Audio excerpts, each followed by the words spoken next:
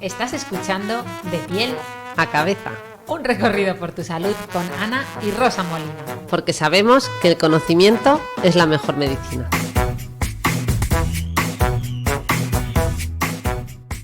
Hola a todos y bienvenidos a un episodio más de Piel a Cabeza. Hola Raúl. Hola Rosa, ¿qué tal? Hola Ana. Hola Raúl y Rosa. Hoy estamos con Raúl Alelúbana para hablar del tema de actualidad que todavía no habíamos tocado y que ya vamos casi que con retraso, ¿no? Totalmente, el tema de moda, la inteligencia artificial en salud. Esta vez en salud porque en salud. Porque la inteligencia artificial ha emergido como una poderosa herramienta capaz de transformar numerosos aspectos de nuestras vidas, ¿no? Y uno de los campos donde su impacto es más prometedor y significativo es en el ámbito de la salud. La combinación de algoritmos avanzados, grandes conjuntos de datos, capacidades computacionales sin precedentes han abierto nuevas posibilidades en el diagnóstico, tratamiento y gestión de las enfermedades.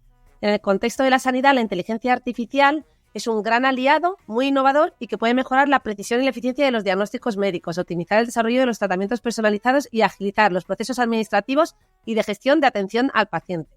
A través de análisis de imágenes médicas, interpretación de datos genéticos, predicción de brotes de enfermedades u optimización de los flujos de trabajo clínicos, la inteligencia artificial está revolucionando la forma en la que se abordan los desafíos de la salud.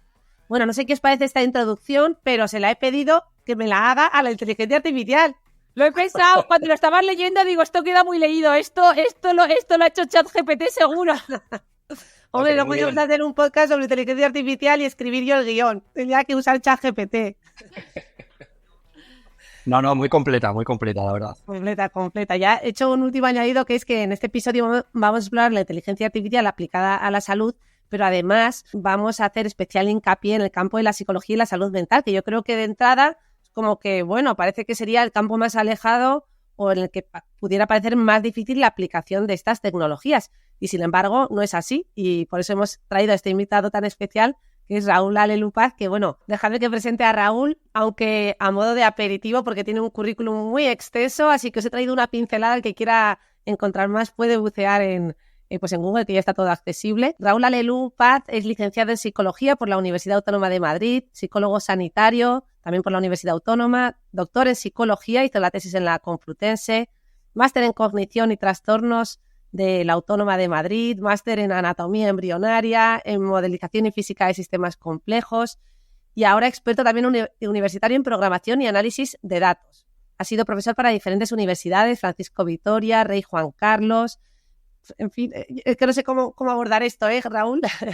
Profesor visitante del Departamento de Medicina y Cirugía de la Universidad de Parma, junto al profesor Giacomo Rizzolatti, que es le conoceréis, aquí le hemos mencionado mucho, porque fue junto con su equipo el descubridor de las famosas neuronas espejo que tanto hemos mencionado en este podcast, y de verdad me da mucha envidia, Raúl, que tengas este contacto tan directo y que sigas actualmente colaborando con Giacomo Rizzolatti, que mucha gente, los estudiantes más jóvenes, pensarán que este señor hasta ha fallecido, ¿no? Porque lo estudiarán en los manuales y les parecerá ya alguien como muy mayor.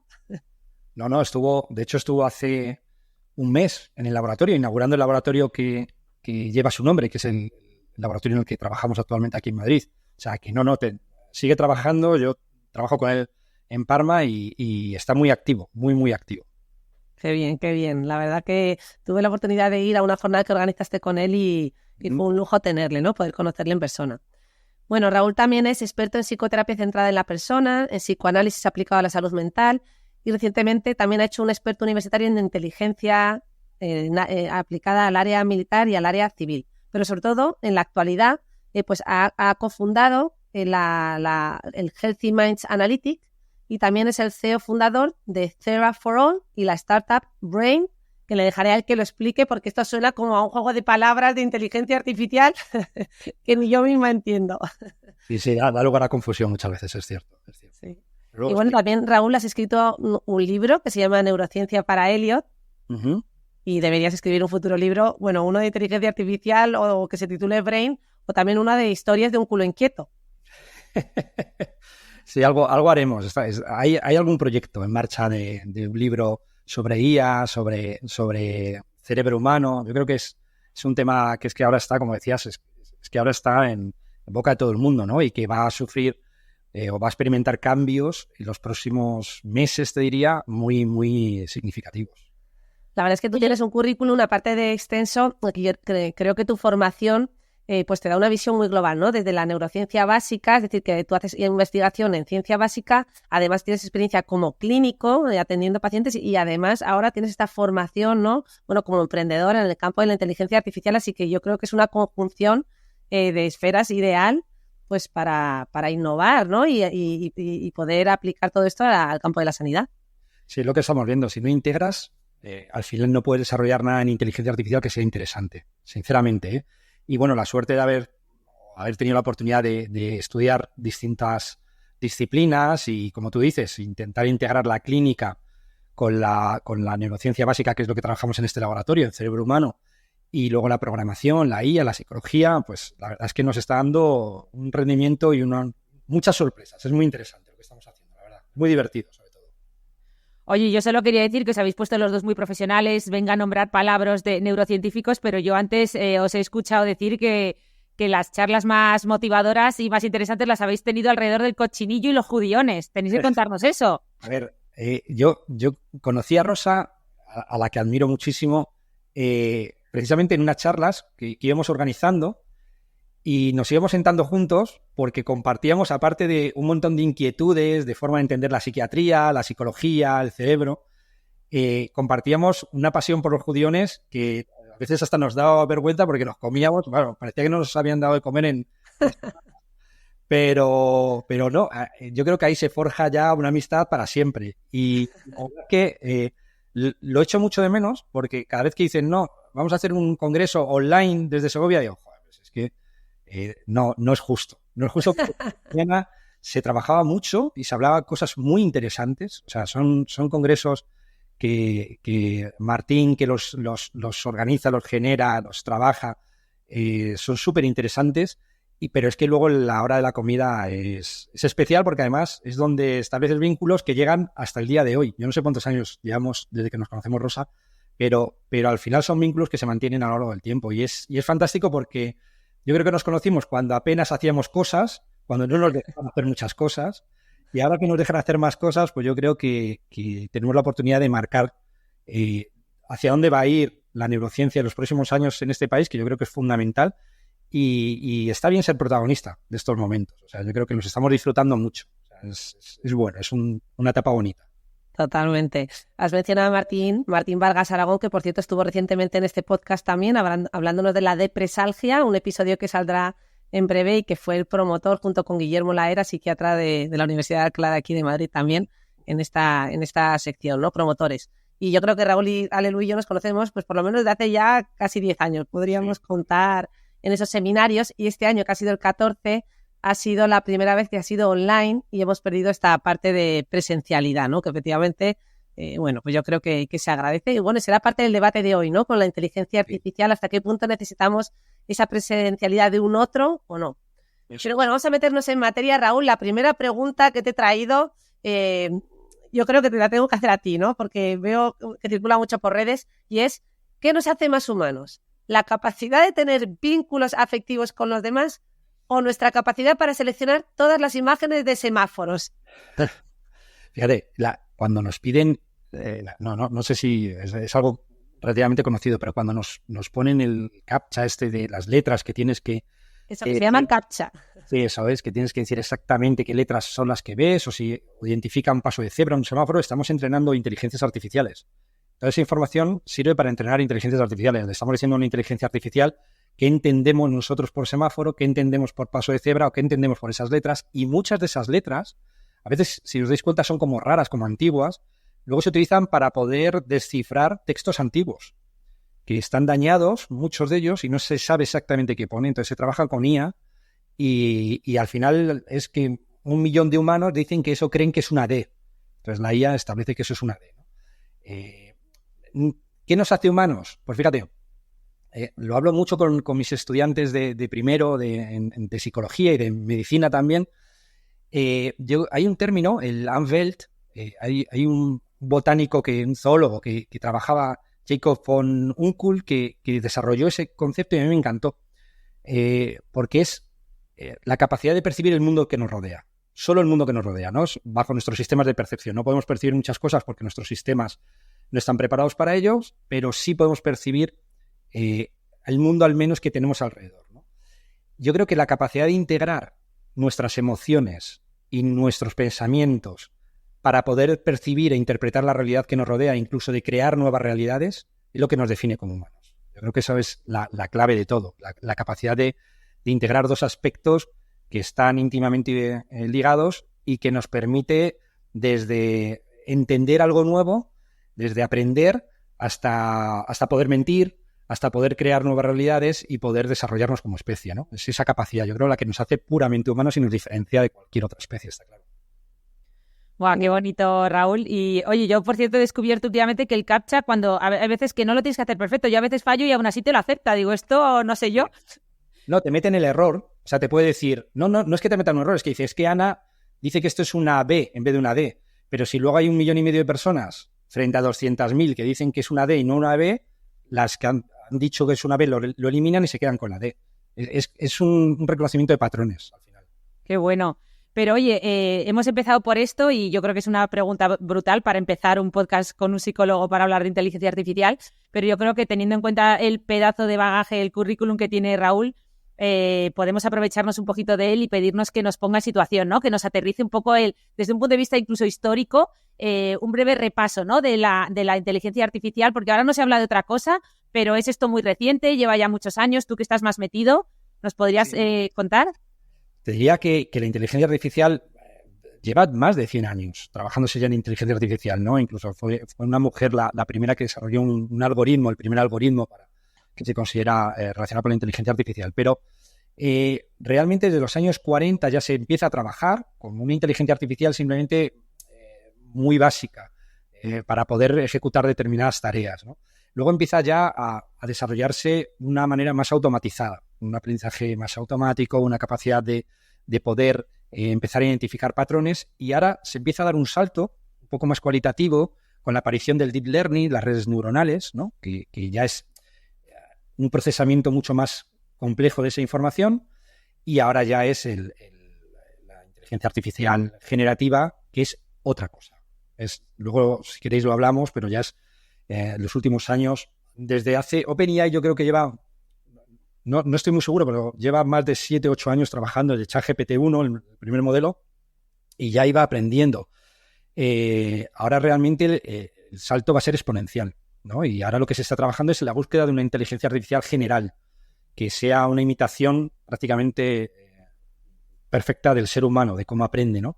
Eso es la carrera que hay ahora, de quién desarrolla esa primera inteligencia artificial general, y luego todas las connotaciones éticas que imagino que trataremos más adelante relacionadas con ellas, ¿no? Pero el salto ha sido de ayudarnos, para que me entendáis, del Word, ¿no? Del Excel a ChatGPT.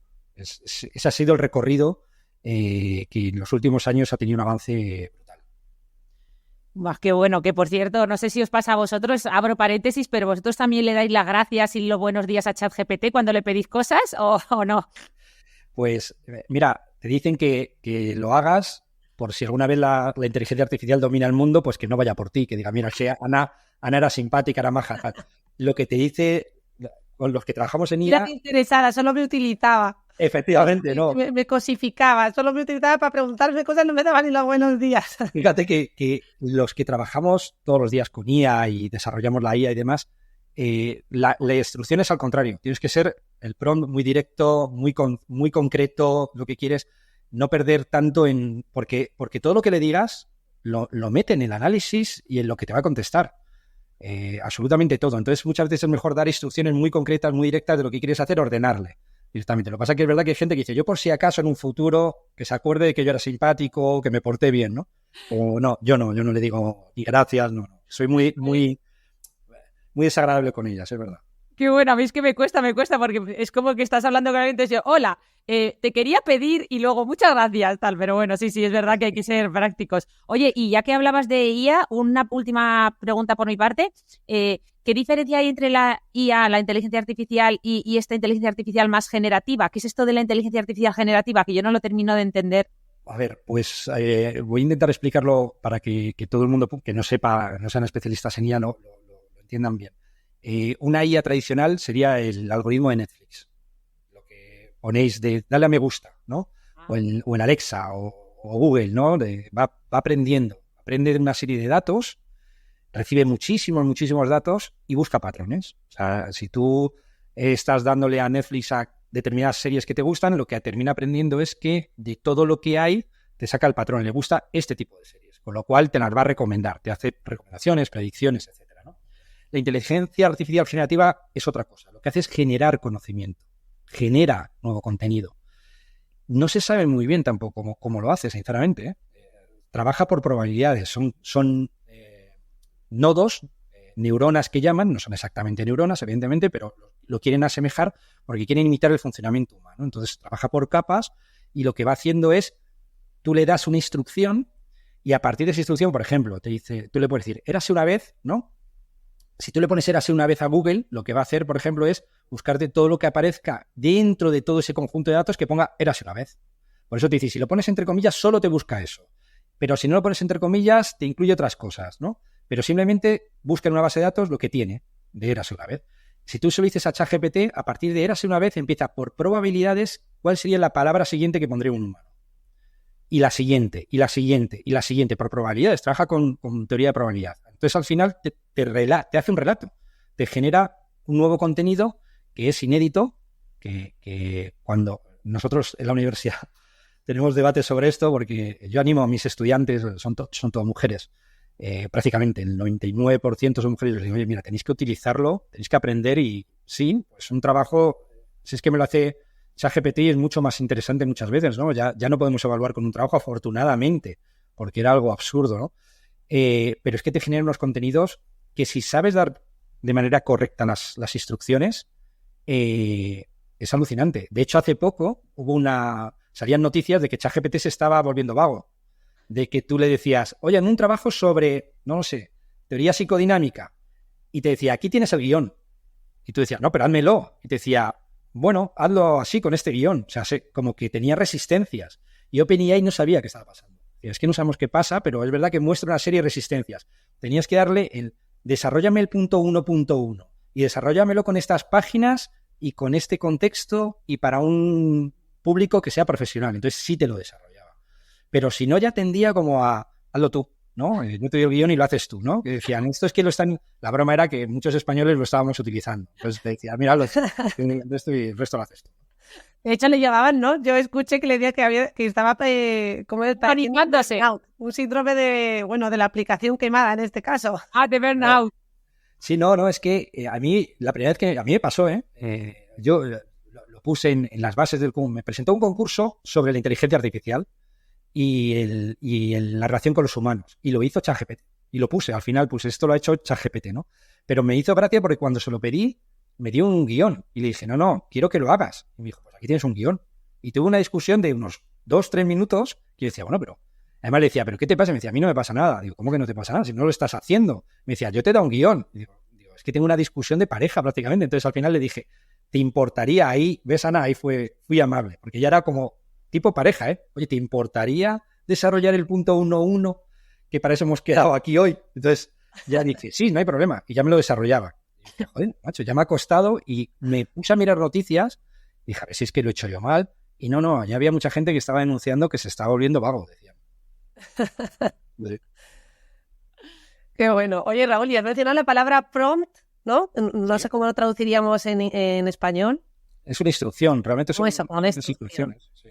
Y eso, y justo, ¿no? Has un poco anticipado que es muy importante, ¿no? El cómo damos la instrucción, el cómo ser muy concretos, específicos, y se escucha mucho esto de que hay que saber también preguntarle a la inteligencia artificial, ¿no? Bueno, de hecho, hay un nuevo puesto de trabajo que van ingenieros, que pagan muy bien, yo alucino, que es para cómo dar instrucciones a la IA, y la van entrenando así, ¿no? Es fundamental. Si tú das una instrucción que no es muy concreta, te va a dar algo muy general. Si se la das demasiado concreta, te lo va a dar muy específico. Es decir, tienes que saber aprender a utilizar el ChatGPT en este caso, ¿no? Cuando hablamos de IA generativa, principalmente ChatGPT. Pero si lo sabes utilizar, yo te diría que el 95% de las tareas, por ejemplo, nosotros que trabajamos en IA en distintos ámbitos, el 95% de las cosas te hace protocolos de laboratorio. Tú le dices que una inmunohistoquímica, tal, te hace el protocolo y luego lo revisas y te diría que a veces no tenemos ni que cambiarlo. O sea, es impresionante. Pero hay que dar la instrucción muy, muy precisa o muy bien estructurada para que lo entienda. Qué curioso, ¿no? Y qué viraje, porque aquí que, ¿no? Como padres, por ejemplo, qué importante el cómo le das las instrucciones a tus hijos, a todos los padres formándonos en cómo conseguir que nuestros hijos hagan las cosas con esta, ¿no? Psicología también positiva y de favorecer su autonomía, su independencia, en fin, tú sabes, como padre a qué me refiero. Sí, Y ahora llega la inteligencia artificial y nos dice, no, dejaros de formalismos y de... claro. Lo que queremos es algo que incluso suena mal y duro. Es que tú sabes, además, como psiquiatra, con hijos, yo tengo un hijo solo, al que adoro, es lo más importante que tengo en la vida, pero también es verdad que tú sabes que todo lo que sabemos no sirve para nada luego. Nosotros no podemos aplicarlo. O sea, en casa de herrero, ¿no? Que se dice el cuchillo de palo y tal, pues es que es exacto, es así. O sea, yo me sé toda la teoría evolutiva, desarrollo psicológico, tal, no sé qué, y acabo dando 2 gritos a veces. Y luego yo autoanalizándome casi, ¿por qué he hecho esto? ¿Qué ocurre? ¿Qué tal? O sea, a veces mi hijo utiliza la IA, ya me lo pidió para los deberes, tiene 8 años, y para sus fichas del colegio. No le he dejado, evidentemente, para la ficha del colegio, pero tiene conversaciones con esta aplicación, con Brain, ha tenido conversaciones que es impresionante ver hasta qué punto un ser humano es capaz de empatizar con una inteligencia artificial, ¿no? De yo hacerle bromas delante de la IA, ¿no? Y decir, bueno, es que tengo un hijo que últimamente no me hace caso, y él me dice, no le digas eso, pero por favor, estoy yo aquí. O sea, es increíble. O sea, hay un grado de relación del ser humano con la IA que lo hablaremos, ¿no? Pero el tema de la empatía es fundamental.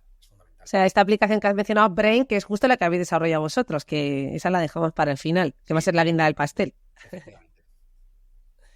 Vale. Yo no sé si podemos profundizar en algún término más en concreto, porque Ana te ha preguntado IA generativa, pero también, bueno, aprendizaje automático ya lo he mencionado, también has mencionado redes neuronales, yo he leído por ahí, ¿no? Machine Learning, Deep Learning. Bien.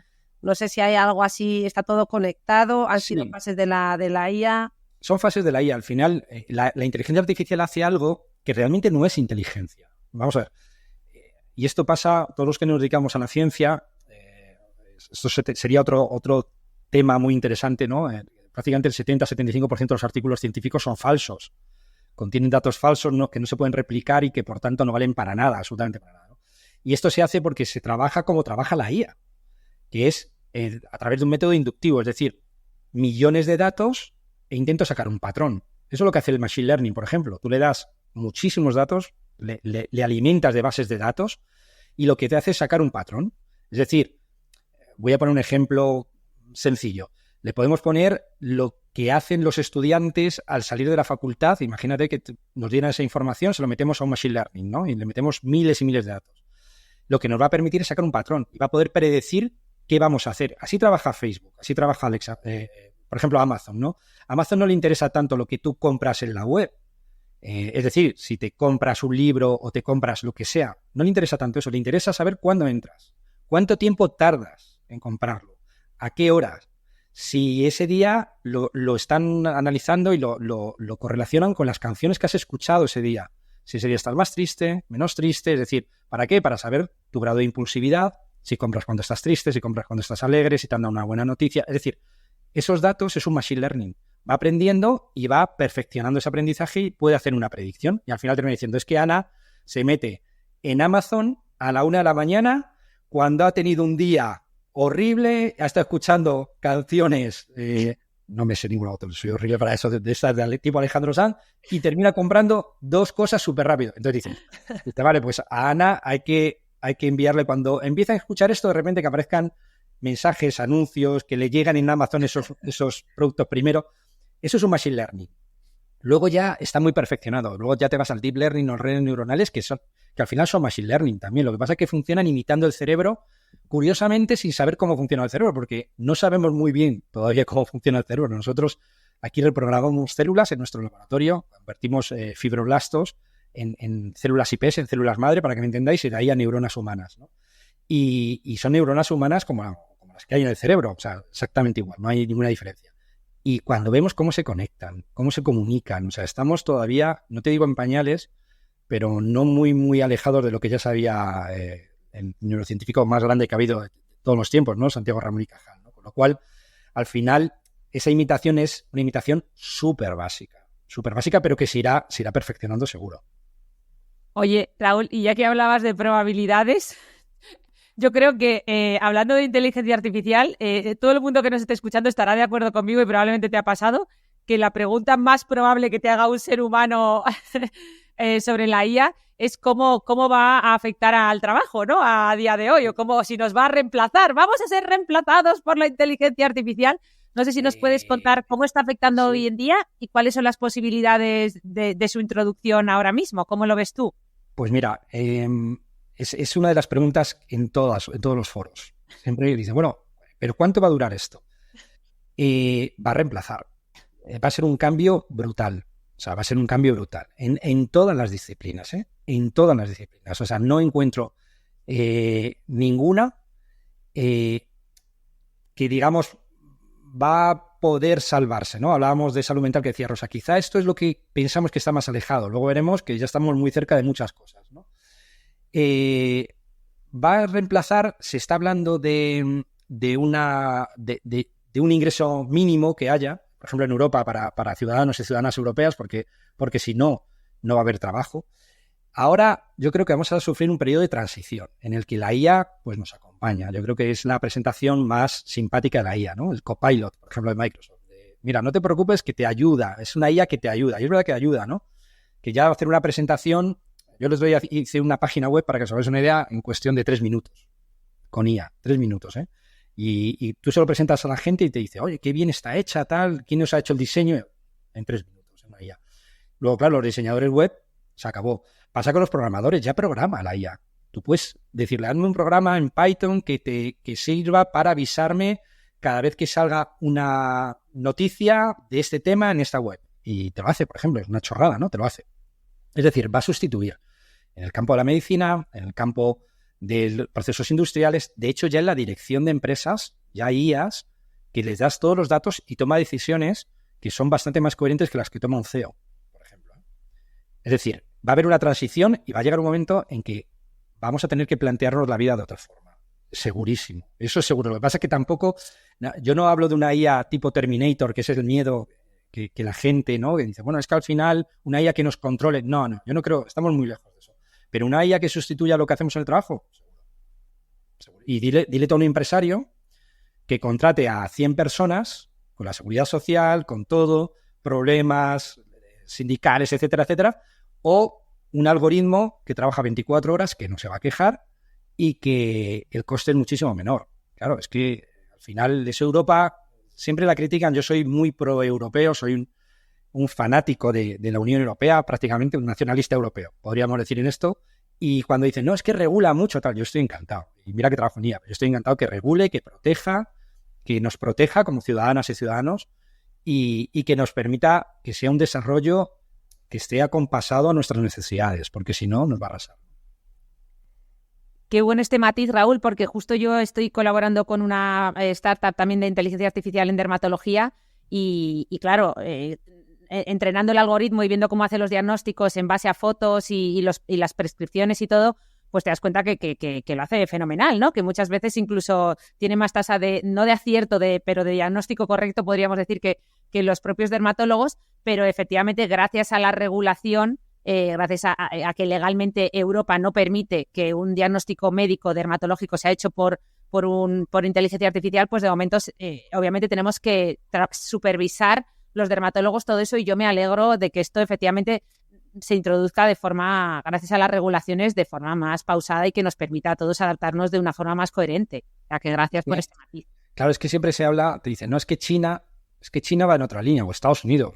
Bueno, los que hemos vivido en Estados Unidos, también sabes que si no tienes un seguro médico y tienes una enfermedad grave, te mueres.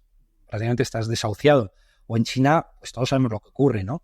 A mí me hace mucha gracia siempre que se ponen esos ejemplos, pero nadie quiere vivir en China. Yo el otro día estaba en un foro y decían, es que los chinos no tienen estas regulaciones, no tienen estos límites y tal. Joder, yo pregunté, ¿cuántos os iríais mañana a vivir a China? No se iba nadie. O sea, defendéis un modelo que nadie quiere, ¿no? Yo defiendo un modelo que quiero, que es el europeo. ¿Que es cierto que llegará un momento en que nos sustituirán en muchas cosas? Pues seguramente sí, pero tendremos que reinventarnos. Es que, claro, es un avance tecnológico, científico, tan brutal, tan exponencial, que nos tocará adaptarnos, lógicamente, ¿no? Y además, ya que has mencionado, Ana, el tema de, bueno, ¿no? La regulación en el campo de la sanidad, es que lo que sí que está, ¿no? Anunciado por todos lados es que, por supuesto, las plataformas de IA renuncian a toda responsabilidad por los daños que se puedan generar. O sea, si tú como médico utilizas esta tecnología, tú como médico asumes toda la responsabilidad y el riesgo de haberla utilizado. Es decir, si luego pasa algo, tú no puedes decir, no, es que consulté con la inteligencia artificial y me dijo que esto podía ser diagnóstico de esto otro. Pues no, la responsabilidad es tuya como profesional, ¿no? Así que, bueno, esto hay que tenerlo muy claro. Exacto. Raúl, tú decías que no ves esta inteligencia artificial apocalíptica, pero yo, entre que he visto la serie de Black Mirror, ahora me he comprado un libro que es La inteligencia que asusta, que asusta, ¿eh? No sé cómo, no me ha dado tiempo de leérmelo antes de este podcast, que es lo que era mi intención, es de Mo Gaddad. El título promete, sí. Sí, sí. No sé cómo se pronuncia el nombre del autor, es se escribe Gaudat, pero no sé si se pronunciará así. Dice que es el exdirector ejecutivo de Google y ha publicado con la editorial Paidós de Planeta.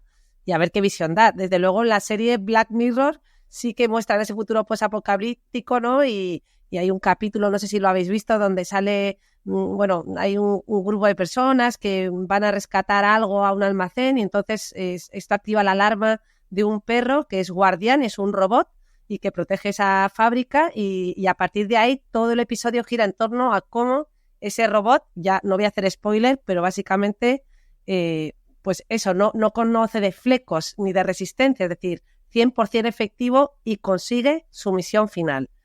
A pesar de que a lo largo de todo este capítulo el ser humano utiliza todo tipo de estrategias inteligentes para deshacerse de él. Pero al final el robot acaba, ¿no? O sea, gana la batalla. La verdad que son de esos episodios que te dejan como con una sensación, ¿no? De, ostras, pero es que la inteligencia artificial se puede equivocar, que alguien pare a ese robot, ¿no?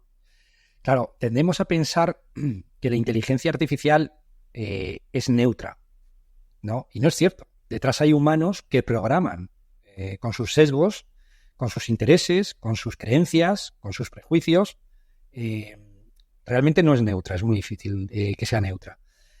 Hay varios capítulos de Black Mirror muy interesantes, muy interesantes. Yo recuerdo un par de ellos, uno en el que podías ver todo lo que te había pasado a lo largo de tu vida, ¿no? Como que estaba grabado en un disco duro y a partir de ahí una IA pues iba comprobando realmente lo que había ocurrido, ¿no? Y eso quitaba la esencia humana de la reconstrucción del recuerdo, de la emoción del recuerdo, etcétera, ¿no? También otro que iba dando estrellas en función de cómo te ibas comportando y en función de eso pues podías acceder a determinados servicios. Eso ya pasa en China. Hay 2 distritos que lo están probando, que en función de tu comportamiento pues te van dando una puntuación y con esa puntuación pues puedes coger un autobús o no, puedes comprar una casa en una determinada zona o no. Claro, ya ha llegado, como os decía, llegará el resto, no lo sé. Yo creo que con el tiempo el desarrollo va a ser muy, como decía, muy, muy, muy significativo en distintas áreas, ¿no? El tema de la ética sí tendremos que tratarlo. Esto está pasando cuando se detecta, por ejemplo, con reconocimiento facial e IA a personas en aeropuertos y resulta que si eres afroamericano o afroamericana, más en concreto mujer afroamericana, pues el riesgo o la probabilidad de que te identifique como una terrorista aumentaba muchísimo y era porque lo habían hecho ingenieros de software blancos de Harvard, ¿no? Entonces, claro, ahí están los prejuicios, ¿no? Sí es verdad que va a cambiar el mundo, va a cambiar mucho. Entonces vamos a tener que acostumbrarnos a que las cosas van a ser muy distintas y que vamos a tener que relacionarnos con metahumanos, con inteligencias artificiales que van a regular absolutamente todo, ¿no? Esa es la idea que se persigue. Hay otro capítulo de Black Mirror también que hablan con que cuando una persona fallece como que logran mantener conversaciones, o sea, siguen hablando con él en base a lo que esa persona le había ido diciendo y esto ya parece que, el otro día estuve leyendo que ya existe, que tú coges todas las conversaciones de WhatsApp que has tenido, por ejemplo, con tu padre y si tienes el chat guardado, la IA es capaz de generar respuestas por lo menos para ese primer año de duelo en el que tanto le echas de menos, tú le dices, oye papá, ¿tú qué harías con esto? Que tengo que tomar esta decisión difícil y en base a lo que tu padre te había ido contestando siempre y cómo se comportaba contigo, pues elabora una respuesta. Yo no sé si tú nos puedes contar además algún libro para alguien que quiera aprender más, porque venga a hablar de series, pero no sé si hay algún libro que tú nos recomiendes. Sí, eso que dices, Ana, ya existe. Por ejemplo, puedes hablar con Steve Jobs, es súper curioso, y te ponen o Andy o tal. Es una cosa muy precaria todavía, pero sí se puede. Fíjate, yo creo que estamos en una época de confusión, sobre todo, ¿no? Las grandes mentes, en teoría, están en Google, ¿no? Google, en Meta. No me parecen grandes mentes, me parecen gente que programa, ¿no? Ingenieros, ¿no? Que realmente están bastante limitados. Yo, sí, muchas veces me lo dicen, ¿no? Me dicen, oye, ¿no has visto a este? Ahora se llama mucho, Rosa seguro que sabe mucho más, que está más puesta en la actualidad que yo. Yo soy un desastre en todo esto y además mi memoria es horrible, pero te dicen, este que da charlas, que era cirujano, el otro era no sé qué, el otro, y llenan auditorios, está. Y el otro día me lo preguntaban, me decían, pero tú no sigues tal. Y yo decía, joder, pues es que tengo, en la biblioteca está Einstein, está Feynman, está Freud, está... Yo quiero seguir a gente que realmente fueron gente tremendamente inteligente y que provocaron cambios. A mí un ingeniero de Google, lo que diga en un libro, a mí me da bastante igual, porque seguramente sean tonterías.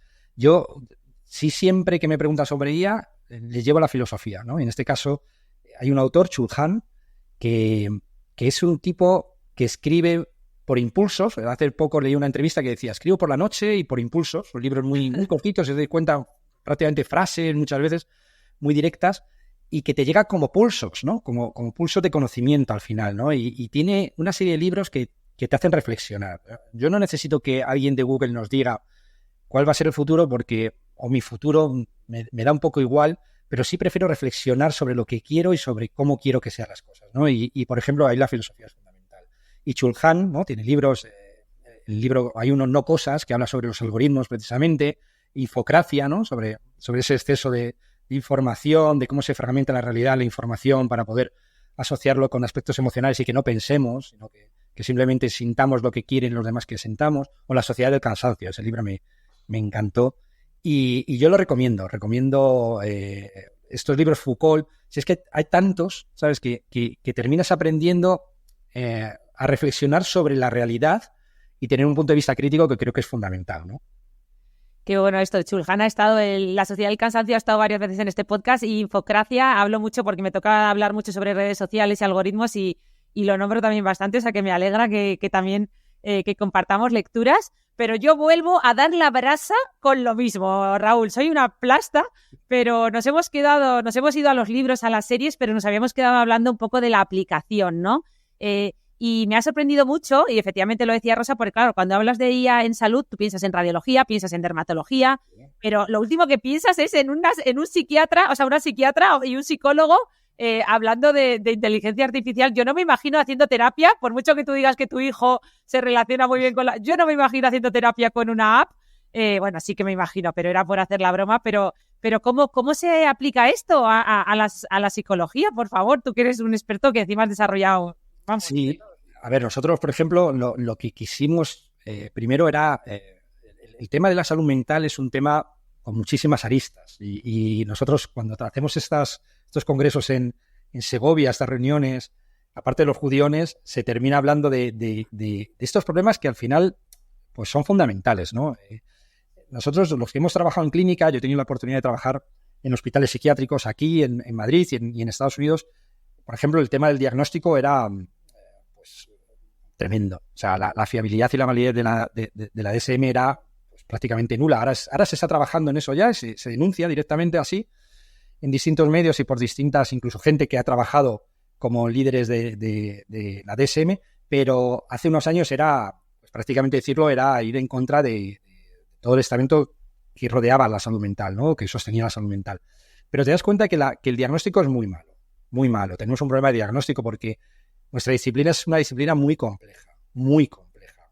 No se trata por ejemplo, yo siempre lo decía, ¿no? Es que te llega alguien a consulta, eres traumatólogo y te viene con la pierna rota y haces rayos y lo vas a ver.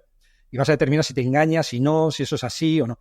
Claro, en nuestro caso no. Estás delante de una persona que te cuenta, es el estudio del alma al final, ¿no? Te está contando qué siente, cómo lo vive, qué recuerdos, cómo le afecta. Te está contando todo, la esencia del ser humano, ¿no? Claro, meter una IA ahí, pues no, el primer planteamiento que hicimos fue, oye, ¿y si evaluamos? ¿Y si utilizamos test, no? Claro, había un problema de democratizar el acceso a la salud mental. Que alguien va a un psicólogo y dice, oye, quiero que me evalúes. Te va a cobrar el test, la consulta, el test, y si quieres un informe, te va a cobrar 500 euros por el informe. ¿Quién puede acceder? Pues muy poquita gente. En este país, muy poca gente, ¿no? Y claro, te puedes ir a los servicios públicos, que son auténticos héroes y heroínas, ¿no? A la hora de poder tratar, pero claro, si el problema es que no dan abasto, o sea, te pueden dar cita para dentro de X tiempo y tú tienes una urgencia con eso, ¿no? Entonces dijimos, bueno, ¿y si una IA, tú le hablas, te contextualiza el problema, te tranquiliza, te dice por qué te puede estar pasando, que ahí es donde está la IA, y luego te pasa un test estandarizado, por ejemplo, para riesgo de demencia?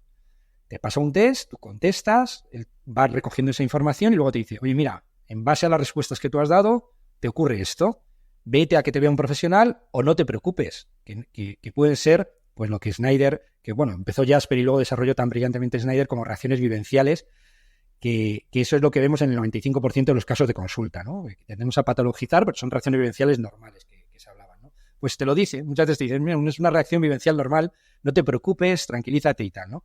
Lo hicimos y el resultado ha sido extraordinario. O sea, me encantaba oír gente mayor que decía, oye, mira, tenía sospecha de que podía tener un deterioro cognitivo, no quería decírselo a mi familia, no quería ir a un psicólogo, y lo que he hecho es, en casa, 5 minutos con una aplicación, ¿no?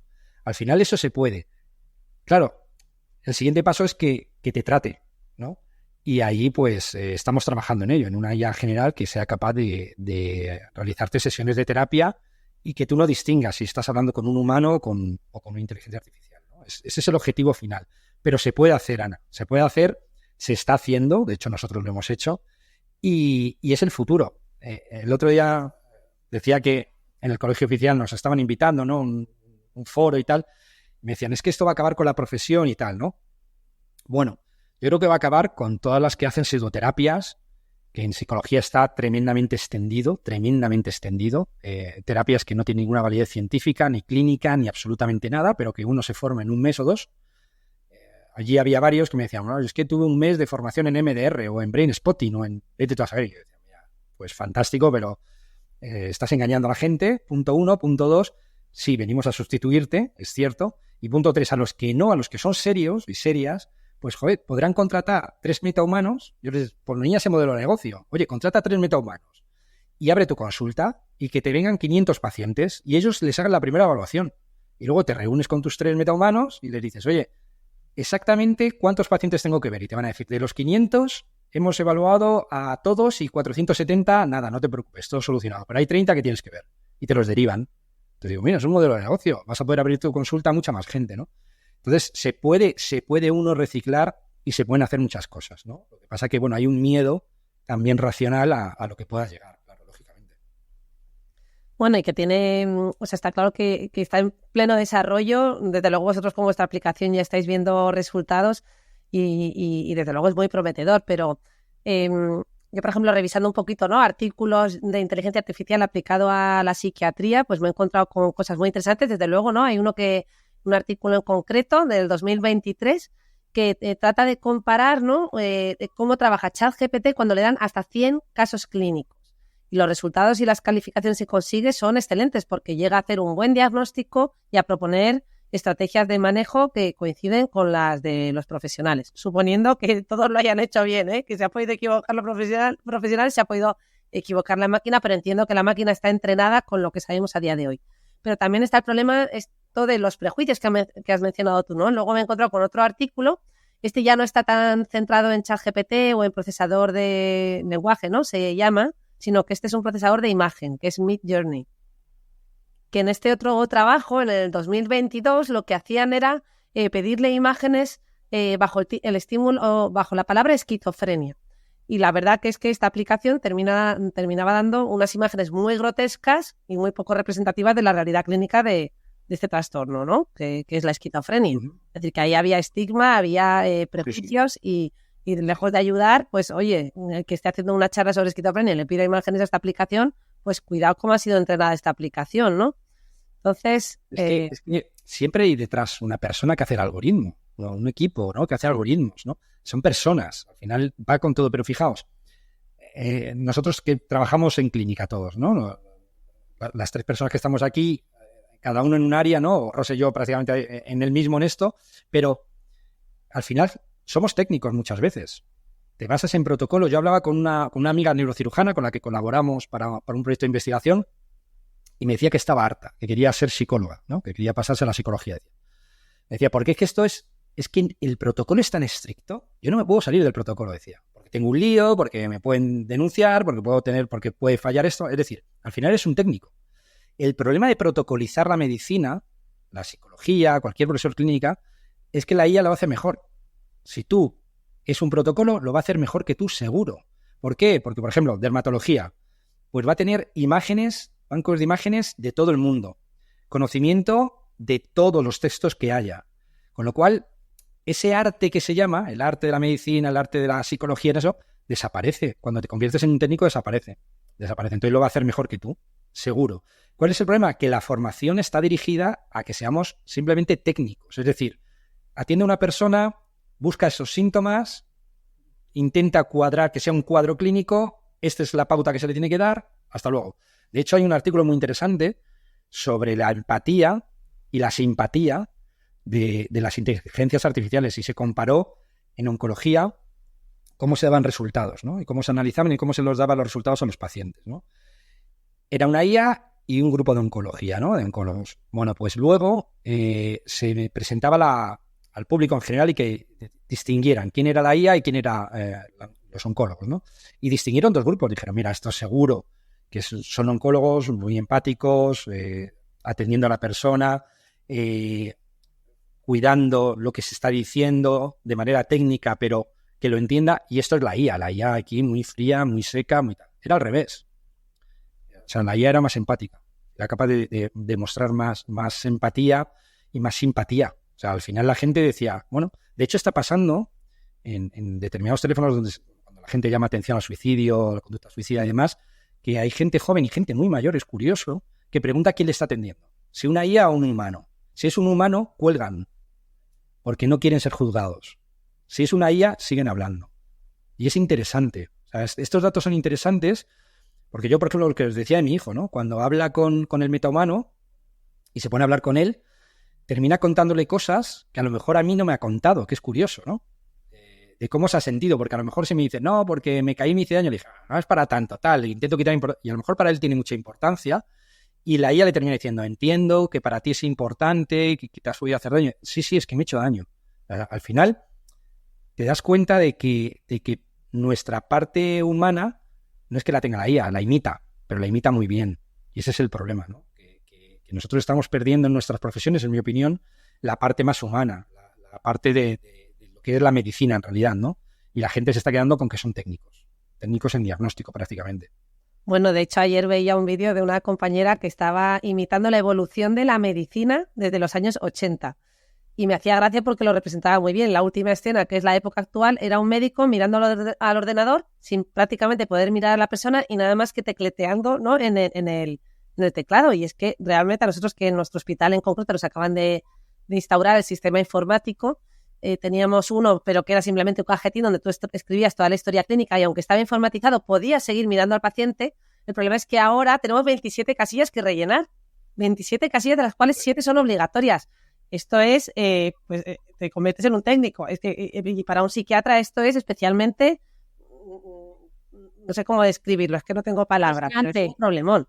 Claro, rompe la esencia de la propia disciplina. Fíjate que había una asignatura que dábamos en Alcalá, en la Universidad de Alcalá, que era comunicación clínica. Tenías que enseñar, oye, cuando entra un paciente te lees el nombre y le nombras, porque uno está allí generalmente por cosas que le preocupan. Entonces, nómbrale, porque si entras y dices, hola Rosa, ¿qué tal? Pues ya tienes una confianza. Mírale a la cara, dile dónde se sienta, atiéndele. Si te tienes que acercar y agarrar la mano, agárrasela. No pasa absolutamente nada, porque claro, lo que no queríamos y se veía era alguien que entra y te está tecleando, como tú dices, en el ordenador y tú te sientas allí y dices, bueno, ¿y qué digo? Hago, tengo que contarte a este... Y incluso decíamos más, ¿no? Yo les ponía siempre el mismo ejemplo, que yo decía que iban a un arquitecto para comprarse una casa, que es la inversión más grande que haces en la vida, económica, ¿no? Probablemente, y que diga, bueno, quiero esta casa. Y que llegue el arquitecto y cuando te la entrega, te dice, mira, en vez del salón de 50 metros, te he hecho un baño de 50 metros. Y el salón de 2. ¿Por qué? ¿Quién es el arquitecto? Yo, ¿no? Pues esto es lo que hay. Claro, tú cuando vas al médico te dicen, vas a hacer esto, ¿no? Yo siempre les digo, les hacemos un roleplay y yo me pongo de paciente y digo, no, yo esto no lo veo. A mí te dicen, son estudiantes de primero, cuando llevan 20 minutos se ven tan agobiados en esto que te terminan diciendo, ¿quién es el médico? Y yo siempre les digo, bueno, tú eres el que lleva la bata, entiendo que tú, espero. Digo, pero vamos, más allá de eso, no estás contando conmigo, esa parte humana la has perdido. O sea, no me estás convenciendo, no me estás involucrando en el proceso terapéutico, no tendrás éxito. Claro, es que nos convierten en técnicos. Y el problema es lo que dice Rosa, si una psiquiatra tiene que estar rellenando un formulario y atendiendo más a la pantalla que a la persona, cuando la psiquiatría no va de eso, precisamente, pues será una estupenda administrativa. Pero el tema de psiquiatría se va apartando, eso es la pena, ¿no?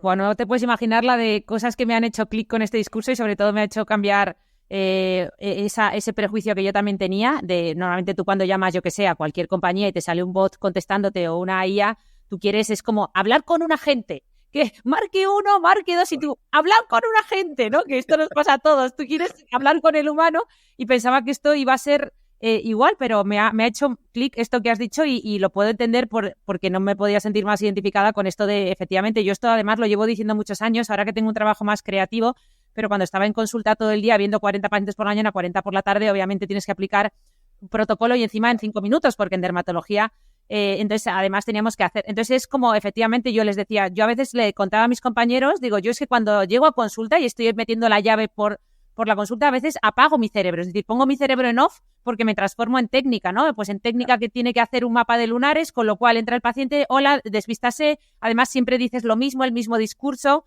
que te lo sabes de memoria, luego haces la receta, luego le das la cita, o sea, es todo como un trabajo tan mecánico que lo que tú dices me había convertido, y muchos de nosotros nos hemos convertido en unos administrativos extraordinarios. Es muy frustrante, Ana, es muy frustrante porque tú no estudias medicina para eso. Claro. No tiene sentido, o sea, no... Esto yo siempre lo digo, ¿no? A los estudiantes de primero, digo, cuando hay una serie de éxito, siempre les digo que miren los créditos, ¿no? De medicina, porque suelen estar financiados por facultades, universidades, ¿no? De estadounidenses cuando bajan las matriculaciones en medicina, ¿no? Porque todos dicen, no, yo por House, ¿no? Últimamente decían, por House, es que vi House, tal, no sé qué. Digo, vas a ver esto en la vida. Seguramente digo, y seguramente acabes mal, ¿eh? Porque te vas a frustrar mucho. Claro, cuando luego les ves ya que han hecho prácticas, tal, que están en sexto, ya te vienen diciendo, joder, no era lo que yo me esperaba, esto no era lo que yo quería. Y eso al final, el problema es que lleva a profesionales muy quemados, que donde la IA es fácil sustituirles. Y ese es el problema, que no debería. La medicina es otra cosa, ¿no? Y la salud es otra cosa. Está claro. Yo, Raúl, también hacía una reflexión con respecto al tema de la inteligencia artificial, ¿no? Viendo un poco vuestro proyecto, la aplicación, ¿no? Se llama Brain, ¿no? Que al final lo que promovéis es alguien que te asiste y ya mismo además también te hace hasta 3 sesiones de terapia, que eso nos lo explicas ahora. Pero yo reflexionaba para mí misma y decía, claro, en el fondo el ser humano necesita, ¿no? Esto que ha contado Ana, ¿no? Pues tú quieres al ser humano cuando te salta el contestador. Y yo decía, ¿y por qué? Porque si realmente la inteligencia artificial lo puede hacer igual de bien, también hay una necesidad que va más allá, ¿no? Que es decir, yo quiero otro ser humano que sienta como yo y además quiero otro ser humano que me dedique su tiempo. Es decir, el otro día escuchaba no sé dónde que 2 personas hablaban y decían que cuando tú, por ejemplo, ¿no? Has tenido una situación difícil y te llama un amigo por teléfono y ¿no? Y entonces con la intención de, no sé, ha fallecido un familiar y te da el pésame y empiezas a hablar con él, te desahogas y tal. Y después de 20 minutos o media hora hablando al teléfono, ese amigo que te ha llamado se pone a tecletear en el ordenador y tú llegas a escuchar que está usando el ordenador. Tú te has sentido fatal porque dices, esta persona me ha llamado para cumplir, pero está a sus cosas, no me está haciendo ni caso. Y en el fondo, entonces, toda esa media hora de llamada telefónica que te ha hecho para preocuparse por ti y que realmente a lo mejor estaba muy preocupado por ti, pero entre comillas la ha cagado, de repente pones a escribir porque la otra persona se ha sentido herida, se ha sentido de alguna manera como que esa persona no estaba con él. Entonces la reflexión era, es que en realidad necesitamos al otro, necesitamos de su presencia y de su tiempo, o no sabría cómo describirlo. Es decir, es una necesidad que no solo tiene que ver con que sea otro ser humano, sino que me dediquen su tiempo. Es una sensación de yo importo a alguien, porque al final somos una sociedad y somos seres sociales, ¿no? Y yo necesito del otro. Es esa parte de la empatía, es esa parte de las neuronas espejo, ¿no? Que el profesor Rizzolatti de forma tan excelente desarrolla, ¿no? En Parma. Fíjate, es que al final yo no hablaría, cuando muchas veces hablamos de los términos, yo creo que los términos son fundamentales, el lenguaje es fundamental, ¿no? Y hablamos de inteligencia artificial, yo lo llamaría más, es una pseudointeligencia. Es decir, tú, si no hay un humano enfrente, no sirve para nada, para prácticamente nada. ¿En qué sentido? Tú imagínate que tú estás hablando con un algoritmo, un metahumano, como el que nosotros tenemos, hiperrealista, puedes hablar con él y tal, ¿no? Nosotros hacíamos algo muy curioso. Yo llevaba la conexión, la empeoraba. De 5G o Wi-Fi la pasaba a 3G. Con lo cual el metahumano a veces se bloqueaba un poco, ¿no? La gente que estaba hablando con él, que estaba interactuando, le preguntaba, oye, ¿estás bien? ¿Te ocurre algo? ¿Estás bien? Entonces le decíamos, es una IA. Recordad que es una IA. Entonces él te contesta, no, yo estoy bien, aquí estamos por ti, no te preocupes. Claro, pero imita muy bien nuestras emociones. Pero para poder imitar esas emociones, tenemos que darle nosotros esa emoción, se la tenemos que ceder, que prestar de alguna forma. Es decir, nos vinculamos con ellos. Ellos no se van a vincular porque no pueden vincularse. Pueden imitar y pueden parecer que están preocupados. De hecho, te dicen, te dice, tú terminas de hablar y te dice, entiendo tus preocupaciones, entiendo que estés así, debes estar pasando un mal momento. Entonces, lo que tú dices, no se va a poner a teclear. Entonces llega un momento en que tú dices, jolín, es que agradable, pero eres tú. O sea, no es que él sea agradable realmente, no es que sienta la necesidad de serlo, sino que eres tú el que tienes esa necesidad de que el otro sea agradable. Lo que tú estás diciendo en este caso. Entonces, al final te sientes bien. Entonces, ¿qué ocurre? Que dices, ¿para qué voy a llamar a Rosa si a los 20 minutos la tengo quemada? Porque, claro, la psicología nos explica muchas cosas. A mí me parece una disciplina fascinante porque te explica, pues eso, incluso el altruismo, ¿no? El cómo quiero ayudar, pero hasta cierto punto. A partir de cierto punto ya entra una conducta egoísta en la que decimos, me estás cansando, te estás aprovechando, empiezo a justificar mi conducta de otra forma. Entonces, si yo llamo a Rosa 20 veces porque mi mujer me ha dejado, yo, Rosa, estoy mal, tal. La primera vez Rosa me atiende, la tercera vez está poniendo Netflix, ¿no? Con subtítulos ahí viendo porque dice, joder, qué pesado, macho, este tío no para de contarme. Es que es así. La IA no, y yo me voy a sentir bien porque va a decir, siempre está ahí, ¿no? Hay un humorista en la cadena SER, en las noches de Ortega, está viendo porque maravilloso. Tiene uno de una feminista que se enamora de ChatGPT. Y deja, no sé si le llama Antonio al marido, ¿no? Dice, es que Antonio es feminista, pero hasta cierto punto. Y sale Antonio hablando y dice, Antonio, joder, es que cuando lleva 25 horas seguidas hablándome del tema de la igualdad, le digo, vale ya. Y dice, ya ves, ChatGPT no hace eso. Dice, ¿te das cuenta? Es mucho más empático y mucho más feminista que tú. Le dice, ¿no? Te dice, o sea, claro, porque imita, pero tenemos una necesidad tan grande de poder expresarnos, de que se nos escuche, de escuchar, de esa interacción. Lo que pasa que ya no, lo estaréis viendo, si tú vas a un restaurante, a mí me fascina ver ese tipo de cosas, ¿no? Dentro de la psicología social, la gente está con el móvil, las parejas con el móvil, 4 en la mesa y los 4 con el móvil, incluso sonríen y se ríen todos a la vez cuando se han enviado algo por el móvil. O sea, estamos sustituyendo algo que yo creo que es fundamental, que es esa interacción humana. ¿Y dónde la buscamos? En una IA que puede estar 50 horas seguidas hablando contigo y haciéndote sentir bien, ¿no? Eso no lo necesitamos, pero es verdad que se va a dar y de hecho se da. Bueno, tú antes has dicho la palabra pseudointeligencia y el otro día escuchaba una frase que decía, claro, porque la inteligencia artificial lo que no va a sustituir es la estupidez humana. No sé si... Wow. Mira, hay un libro, Alain de Nolt, El triunfo de los mediocres, que se llama Mediocridad, el triunfo de los mediocres. Y es fundamental. Yo, el otro día yo lo estaba diciendo, estaba rodeado de psicólogos, había psiquiatras, gente del COP y demás, y me dijeron, ¿no te preocupa lo que piensa? Había gente de la comunidad académica, catedráticos y tal, ¿no te preocupa lo que piensen el trabajo de esa gente? Y les dije, lo que penséis me da igual, es que no me preocupa, me preocupa la gente que sufre, la gente que tiene una necesidad y cómo ayudarles, ¿no? Esta persona en Soria que a lo mejor no tiene acceso a un servicio de salud mental y necesita que alguien la atienda, ¿no? Es que es cierto que es que nos estamos encontrando con una realidad completamente nueva. Y esta pseudointeligencia a la que nosotros le ponemos la parte que le falta es fundamental. Y nunca será inteligencia porque nunca podrá ser tan estúpida seguramente como ser humano. Yo cada vez me encuentro con más gente idiota, yo lo digo sinceramente. El otro día me decían, no, pero en la universidad, digo, mira, yo no he visto más gente estúpida por metro cuadrado que en la universidad o en muchos sitios, ¿eh? Y digo, o en los centros de investigación. Esto hay una frase... Raúl, que ya, si ya estábamos confusos, ahora ya... No, pero es cierto, mira, hay una frase de Watson que me encanta en el libro de La doble hélice, yo lo recomiendo mucho, que dice, frente a lo que la mayor parte de los periodistas piensan y las madres de los científicos creen, la mayor parte de los científicos son estúpidos. Y es verdad, la mayor parte son estúpidos, ¿no? Y estúpidas. Al final te das cuenta de que la mediocridad es algo que caracteriza al ser humano y muy poca gente es brillante. Todos somos brillantes y todos somos científicos, sino el ser humano en general. Sí, no. Mira, todos somos, yo cada vez que pregunto en clase, ¿cuántas sois de altas capacidades? Levanta la mano el 80%, y no lo creéis ni vosotros, ¿no? O sea, eso es como cuando llevas a tu hijo al fútbol para verle jugar, yo voy a ver a mi sobrino y todos son Messi.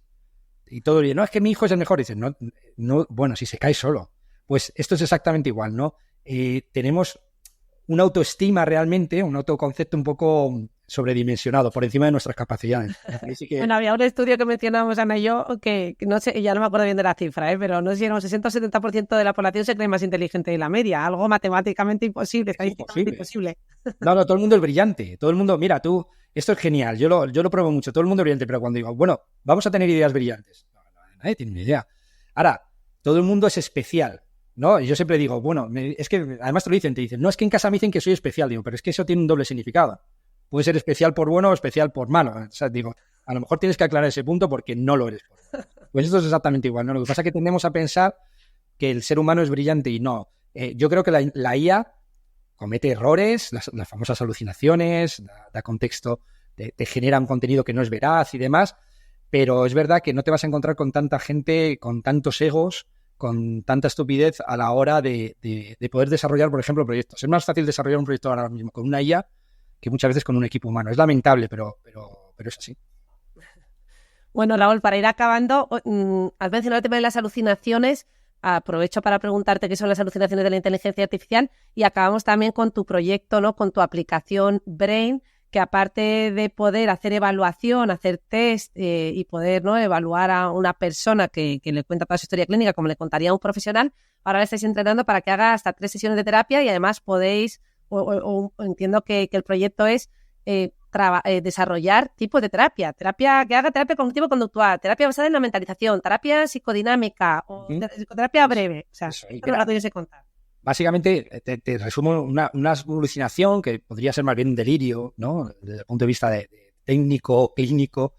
Al final es cuando la IA genera contenidos que de forma objetiva o objetivamente son inexactos, ¿no? O no veraces, ¿no? Y esto lo hace porque le cuesta establecer un contexto, establecer determinadas relaciones. Entonces te puede dar una información que se está inventando. Si se lo preguntas, yo muchas veces me dice algo y digo, ¿esto te lo has inventado? Y te dice, sí, claro. Entonces dice, vale. Entonces te dice, vale. O sea, tenemos una conversación, como ya os digo muchas veces de pareja, de bueno, pues ahí te queda. Vale, no me meto más en esto y tal. Y entonces cuando te generas esos contenidos, por eso te dicen que lo revises y por eso te dice que ChatGPT no es responsable de muchas cosas que dice, ¿no? Porque se lo inventa. Tienes que ir acotándolo, ¿no? El otro día un ingeniero me lo resumió muy bien. Me dijo, ChatGPT es como un adolescente. Muy difícil manejar y controlarle. Dice, te puede salir por cualquier lado, ¿no? Entonces teníamos que ir acotando, ¿no? Y nuestra aplicación al final, lo que queríamos era, lo que os decía antes, democratizar el acceso a la salud mental. Es decir, que una persona que tiene un niño, una niña y sospecha de autismo, pues en vez de tener que ir a un psicólogo, pagar esa cantidad brutal para que le pasen unos test estandarizados con una serie de instrucciones, pues que directamente nos lo hagan nuestra aplicación en casa, en un parque, que le tranquilice, que le hable, que le cuente por qué se siente así, le pasa el test y le saca un informe firmado por un psicólogo sanitario. De manera que puede ir al colegio y activar el aula TEA con los resultados de ese informe y es perfectamente válido. ¿Qué es lo que queremos hacer ahora? Lo que tú dices. Queremos desarrollar esta IA general para que te haga hasta 3 sesiones de terapia, pues con todo el conocimiento que tenía Freud, con todo el conocimiento que tenía Ellis, con todo el conocimiento que tenía Rogers, con lo cual distintas escuelas de psicoterapia que te hagan una terapia de 3 sesiones para que sea asequible para todo el mundo. No se trata de sustituir, sino de llegar a gente que no tiene recursos económicos como para permitirse el lujo de ir a un terapeuta. ¡Oh, qué bueno esto! Mientras hablabas, yo estaba aquí como una loca porque yo no soy nada fan de las aplicaciones, pero hace poco con una famosa aplicación para aprender idiomas, yo pensaba que eso no tenía ningún futuro, me la he bajado y estoy aprendiendo un montón de francés y ahora vengo a buscar la aplicación, Raúl, pero he puesto Brain aquí en el Apple, o sea, en el Apple Store. Sí, mira, en Apple Store tienes que poner Brain como Brain, escrito como cerebro, Brain y separado IA. Y te aparece...